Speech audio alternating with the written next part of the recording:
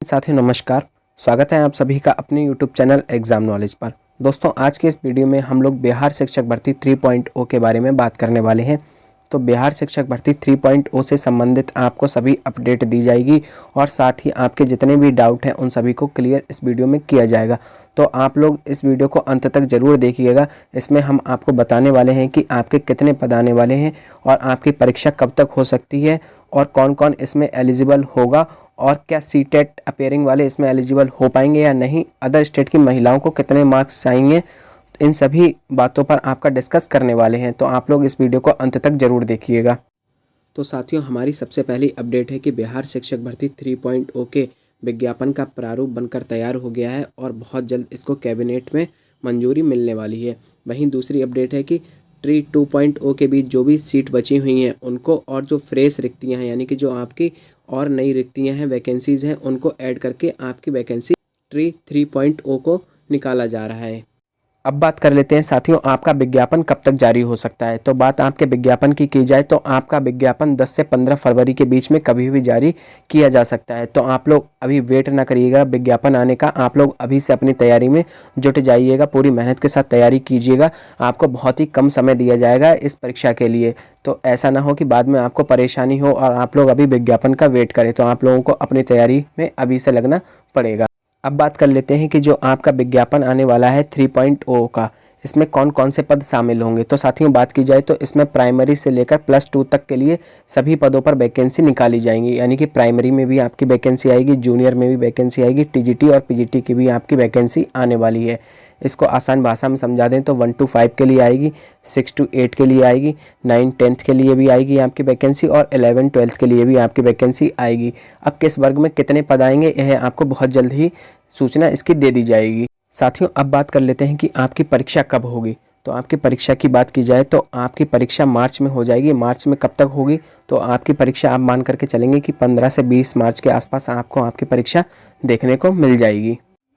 तो साथियों आप लोगों के पास सिर्फ 1 मंथ का ही समय है। तो आप लोग अपनी तैयारी को अच्छे से करिएगा। आप लोगों को बहुत कम समय मिलने वाला है। जितनी मेहनत से आप तैयारी करेंगे उतना ही आपके सिलेक्शन का चांसेस बढ़ जाएंगे। अब साथियों सीटेट अपेयरिंग कैंडिडेट्स के बारे में बात कर लेते हैं जो कि अभी आपका एग्ज़ाम हुआ था जनवरी में, उनका रिजल्ट पेंडिंग में है। क्या उन लोगों को मौका मिलेगा या नहीं? तो उन लोगों को 100% मौका मिल जाएगा। तो आप लोग निश्चिंत होकर अपनी तैयारी करिएगा।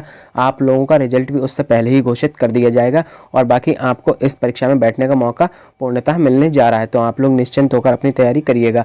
अब बात कर लेते हैं फीमेल सीटेट मार्क्स। तो फीमेल जो कैंडिडेट है वह किसी भी स्टेट की हो, उनको 82 मार्क्स चाहिए। तो यदि आपके सीटेट में 82 मार्क्स हैं तो आप लोग भी फॉर्म फिल कर सकते हैं और अपनी तैयारी को अच्छे से करते रहिएगा। अदर स्टेट मेल की बात कर लें तो अदर स्टेट आप यदि मेल हैं, आप किसी भी कैटेगरी के हों, SC ST OBC जनरल, आपको 90+ नंबर ही चाहिए। यानी कि मिनिमम आपके 90 नंबर सीटेट में होने चाहिए, तभी आप इस परीक्षा में बैठ सकते हैं। तो साथियों अब हम लोग कुल अटेम्प्ट के बारे में बात कर लेते हैं। जैसा कि आप सभी को पता है कि BPSC के द्वारा बिहार शिक्षक भर्ती में प्रत्येक अभ्यर्थी को 3-3 अटेम्प्ट दिए जा रहे हैं। तो इस प्रकार से आपके यह जो 3 अटेम्प्ट हैं वह कैसे काउंट होंगे। तो यदि आप मान लीजिएगा PRT का एग्ज़ाम देते हैं और आप जूनियर का एग्ज़ाम देते हैं यानी कि 6 to 8 का एग्ज़ाम देते हैं तो आपके 3 अटेम्प्ट इन दोनों को मिलाकर होंगे या फिर आपके अलग अलग।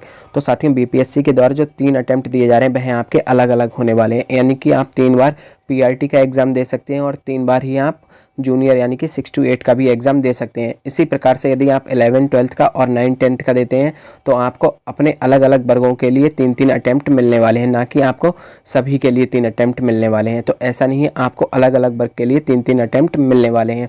तो यदि आपका यह लास्ट अटेम्प्ट है और आपकी तैयारी अच्छी नहीं है तो आप लोग अभी अपने अटेम्प्ट को बेकार ना करिएगा, बल्कि आप अगस्त में आने वाली वैकेंसी का भी वेट कर सकते हैं, जिससे कि आपकी तैयारी अच्छी हो जाए और आप अपनी एक नौकरी पा सकें। ऐसा ना हो कि इस बार आप दे दें और आपकी तैयारी अच्छी ना हो, आपके अटेम्प्ट ख़राब हो जाए और अगस्त में आने वाली वैकेंसी में आप बैठ भी ना पाएँ।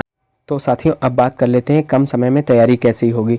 तो आप सभी को बता दें कि आप लोगों को अब तैयारी कैसे करनी है। आपको पता है कि सभी आप देखेंगे ट्री 1.0 जब हुआ था और उसके बाद जब ट्री 2.0 हुआ है, यानी कि 2 बार आपका ट्री एग्ज़ाम हो चुका है और अब सभी वर्ग के एग्ज़ाम्स आपके हो चुके हैं। यानी कि 1 to 5 का भी हो गया है, 6 to 8 का भी हो गया है और आपके 9 10th और 11-12 के भी एग्ज़ाम हो गए हैं। तो आप जिस भी वर्ग के लिए आवेदन करेंगे आपको उनके जितने भी एग्ज़ाम हुए हैं अभी तक उन सभी का एनालाइज स्वयं से करना है, खुद से करना है और आपको देखना है कि कहाँ से प्रश्न पूछे जा रहे हैं। तो आपको स्वयं से सेल्फ स्टडी पर फोकस करना है। आप जितनी ज़्यादा सेल्फ स्टडी कर लेंगे आपके सिलेक्शन होने के चांसेस उतने ही ज़्यादा बढ़ जाएंगे।